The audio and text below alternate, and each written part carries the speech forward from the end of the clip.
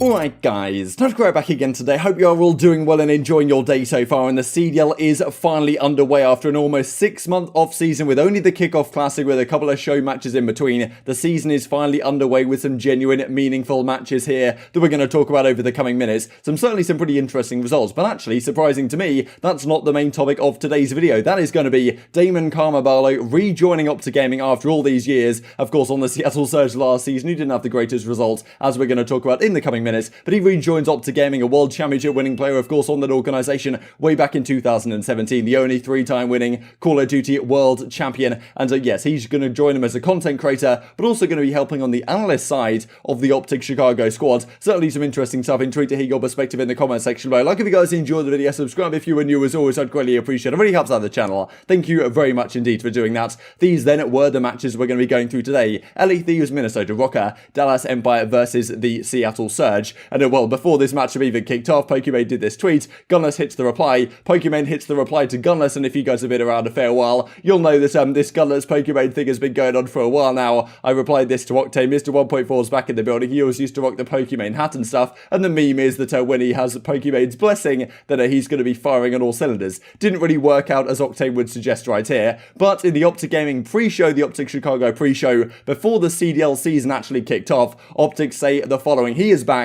Welcome home, Damon Karma Barlow. So this is something which probably we expected to happen now for quite a while. I remember when Karma initially retired from the Seattle Surge way back in, I believe it was May or June or something like that. I think Hector was straight on stream saying, look, there's only one place that Damon could call home. Several months go by, it's somewhat unclear exactly why he's not maybe in a coaching role, and so clearly he doesn't really want to go down the coaching route, why he's not necessarily even in a playing role, potentially like maybe he wants to come back, as his wife was kind of indicating, that being Holly, of course. And now we were kind of wondering, who's he going to join as a content creator? Is it going to be LA Thieves as a coach or an analyst? Do they want to try and nab him from OpTic? But of course OpTic made the most sense, right? Been with them for a number of years on that Dynasty squad, and as Hex implies in this well, in this opening episode, of course, of their OpTic Chicago preseason show, welcome home, Damon Karma Barlow. Makes perfect sense. He is now back in the building. As Scump says, Damon Barlow 3, the 3-time world champion on LAN, of course. Let's go, Karma, back in the building. It's official, OpTic Karma, welcome back. So we'll have to see exactly what happens here. Of course, he's been doing pretty well on his stream side. I think he was streaming it actually tonight alongside the matches. Two pretty great effect, of course, when you're at OpTic Gaming. That is the stuff that tends to happen, but great to see him back there. The interesting part to me is, of course, what role he's going to play in terms of that analyst side. Hex did say in the pre-show that he's going to be helping Troy Sender-Michaels, that being the coach of the OpTic Chicago, in some of the analyst situation. Now, Karma's is certainly not going to be the best coach. Like, he's kind of known to get up a bit late and not exactly be on time. Probably not the best player to have for like a coach and like a player manager, I suppose, for a team. But yeah, certainly he can add something, I'm sure, in terms of the analyst side of the game. I'm sure he watches a lot of scrims and such, and has certainly been in some of the OpTic Chicago scrims. A few guys point out to me, well, several weeks ago now he's actually officially a part of the lineup, and well, this actually could help in terms of an analyst side. If there's anyone you'd want helping out your coaching and helping out your team, and someone that the players are actually certainly going to listen to, a lot of these guys have played and won with Karma in the past. Yeah, Karma is certainly the guy you want on your team, certainly in search and destroy and stuff like that.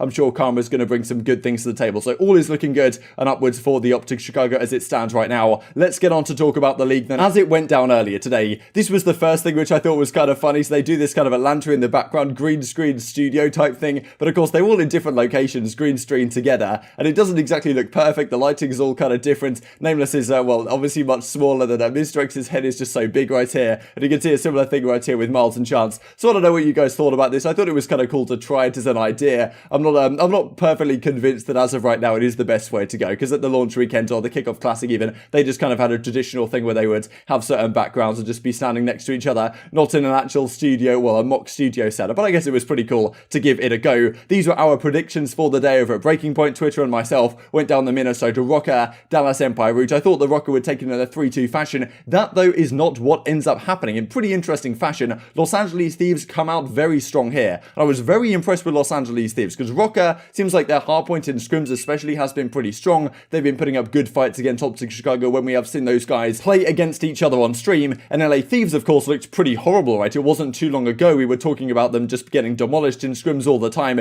Didn't have the greatest result up against OpTic Chicago at that launch weekend either. But here they come out strong. Garrison hardpoint 250, 194. Felt like they were in the advantage pretty much the entire game. It felt like it was only a matter of time until they close it out. They go into game 2 though, and well, accuracy and Co bounce back in very impressive fashion. Looked like it was going to be another Minnesota Rokkr choke. We saw it from an entirely different lineup, of course, last season, but they were, well, basically the latter half of the season, Minnesota Rokkr would choke anything that possibly went their way. Hardpoint search and destroys. You guys, I'm sure, will remember the 5-0 full sail comeback that Envoy masterminded Chicago Huntsmen versus Minnesota Rokkr on St. Petrograd search and destroy. It looked like something similar was going to happen here. They're up 5-1. Accuracy was demolishing all the gunfights over that A-bomb side of the map, but LA Thieves bring it back to 5-4.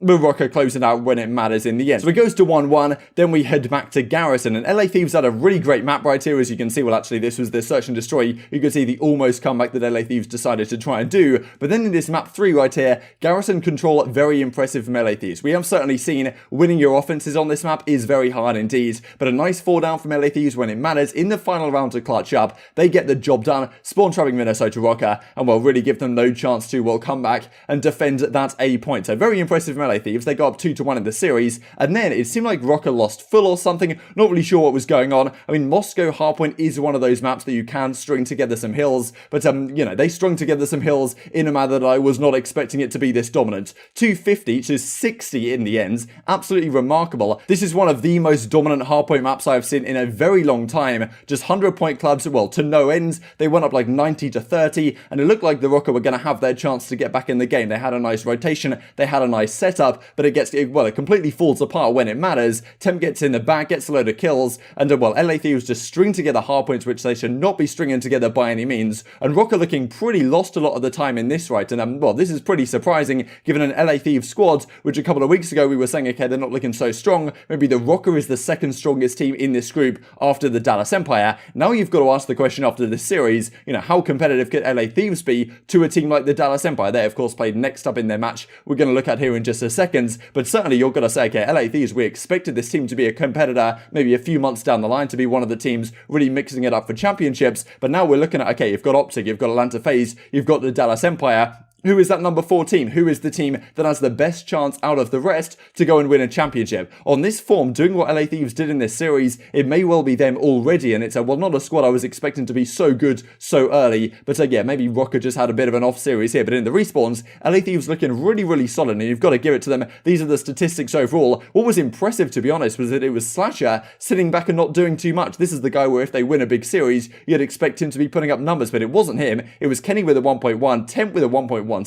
and TJ as well, the guy who really lagged behind in terms of the slaying last season on ILLey, here with a 1.07. A lot of highlight moments here. Priestahh has a pretty horrible series as well for the Minnesota Rokkr, so far from ideal for them. They're going to have to bounce back big time later on, but certainly massive props deserved for Los Angeles Thieves turning their fortunes around, it seems, so quickly. The final series of the day, Dallas Empire versus Seattle Surge. I think Crone did a pretty funny tweet about this, saying, you know, what's your prediction for this match? Is it 3-0 Dallas? Is it 3-1 Dallas? And well, obviously it comes as the former, as I'm sure most of us were expecting right here. Seattle Surge, pretty much all the pros' expectations. We looked a few days ago actually at the power rankings, the fact that Seattle were ranked 10.8 out of the 12 teams, and I didn't realize that, okay, I thought 10.8 out of 12 was pretty bad in terms of the average ranking that the players had given them, but actually because they couldn't vote for their own team, it was actually ranked out of 11, which meant that the average scoring that the players and coaching staff had given Seattle Surge was 10.8 out of 11, so pretty much everyone put them as the worst team in the entire league. And well, that was maybe on display right here. Dallas Empire were just so good, it's tough to necessarily say how bad Seattle are as a result of this series, but any of them can pop off at any moment, and that's what's just so scary about this squad.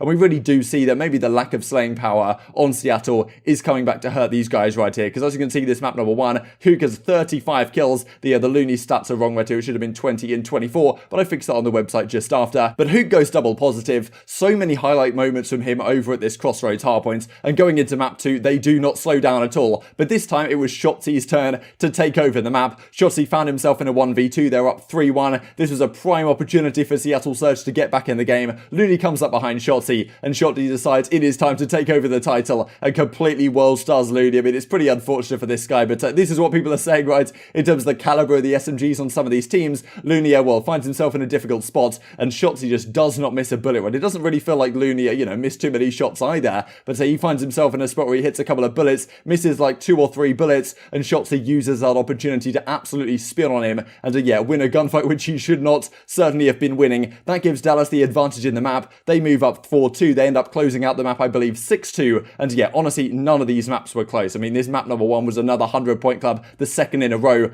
Pretty cool to see some maps going, well, in dominating fashion, right? We saw last year in Modern Warfare, it was pretty rare to have a dominant map because it was so much chaos all over the place. A lot of the time, you were just to get some points by being super scrappy and contesting. This time around, if you are the better team, if you're playing fundamentally well, you will probably dominate the series, as we have seen today as well. Dallas Empire do right here. 2-0 versus Seattle Surge. Dominant performance, 10-5 from Shotzzy. Wins this one in a 2-0 fashion. Then we move on to the control. This one was pretty much equally dominant. I mean, of course, on this Garrison control, it went exactly the same way to what we just saw with LA Thieves versus the Minnesota Rokkr, where, it goes 1-1, the defense is pretty strong, but then actually in that round 4, when it really comes down to crunch time, the offensive team, the better squad, comes up trumps and gets the job done. So this final minute, once again, in a similar way to Los Angeles Thieves Minnesota Rokkr, was pretty impressive from the Dallas Empire guys. They win this 3-1, they win the series 3-0, and of course that opening weekend matchup at the Kickoff Classic may not, some would say it doesn't really matter too much, but at the end of the day, they won that series 3-0, they won this series 3-0, they are yet to lose a map here in the Call of Duty League for 2020, so pretty impressive stuff, and these were the final moments of that series, so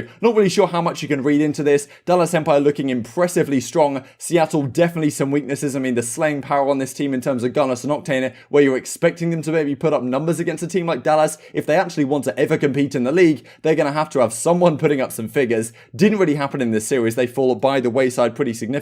Let me just show you guys on screen right here. So these are the maps over the course of the series. I mean, if you just look at this from a slaying perspective, I mean, you've got Loony at 20 and 24. The slaying really just wasn't where it needs to be, and the search and destroy, well, a pretty similar story. Prestinni once again doing a solid job, doing the best job he can. Had a pretty decent map, I believe, in that Game 2 raid it was, up against Los Angeles Guerrillas at that opening weekend. And in the control, you see a pretty similar story right here. Gunless is going positive. The rest of the guys struggling to get anywhere close, losing in a 3-1 fashion. Shotzzy has a 2.1 KD in the control, a 2 KD in the search and destroy, and Huke sitting here with a 1.94. Doesn't get too much better than that. And as a result, these are your overall KDs for the day. Huke with a 1.68, Shotzzy with a 1.4, Crib with a 1.37, ILLey with a 1.07 or 1.36, ILLey with a 1.07. I mean, obviously only 2 matches of the day, but when all your players are positive, it's not necessarily the best sign for your opposition in that series. Intrigued to hear your thoughts on all this stuff in the comment section below. Tomorrow's matches, the first one of the day is OpTic Chicago versus the Paris Legion. Going to maybe see some of Karma's strats in action for that one, and then Atlanta FaZe versus Los Angeles Guerrillas to finish off the job. I'll be back tomorrow morning and of course covering these matches in detail as I already do. If you haven't subscribed already, I would greatly appreciate it for sure. Hope you guys enjoyed the video. If you did enjoy it, I'd greatly appreciate a like on the video. It really helps out the YouTube algorithm know you enjoyed this content. Other people like you may enjoy this content as well, and I've grown the competitive Call of Duty community. Thank you for watching as always, take care, and I will see you next time.